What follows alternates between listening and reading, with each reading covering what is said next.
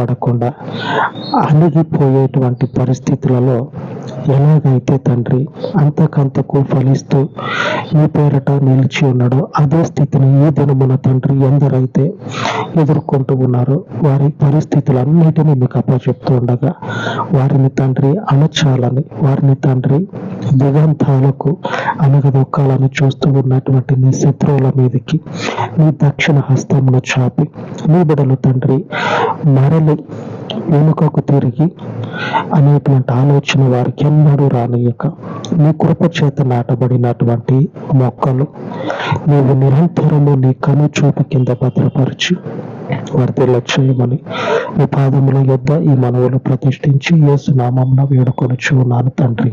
ఆమేన్, ఆమేన్. మన విమోచకుడైనటువంటి మన రక్షణ దుర్గము మనకు తోడై ఉండును గాక. ఆమేన్, ఆమేన్.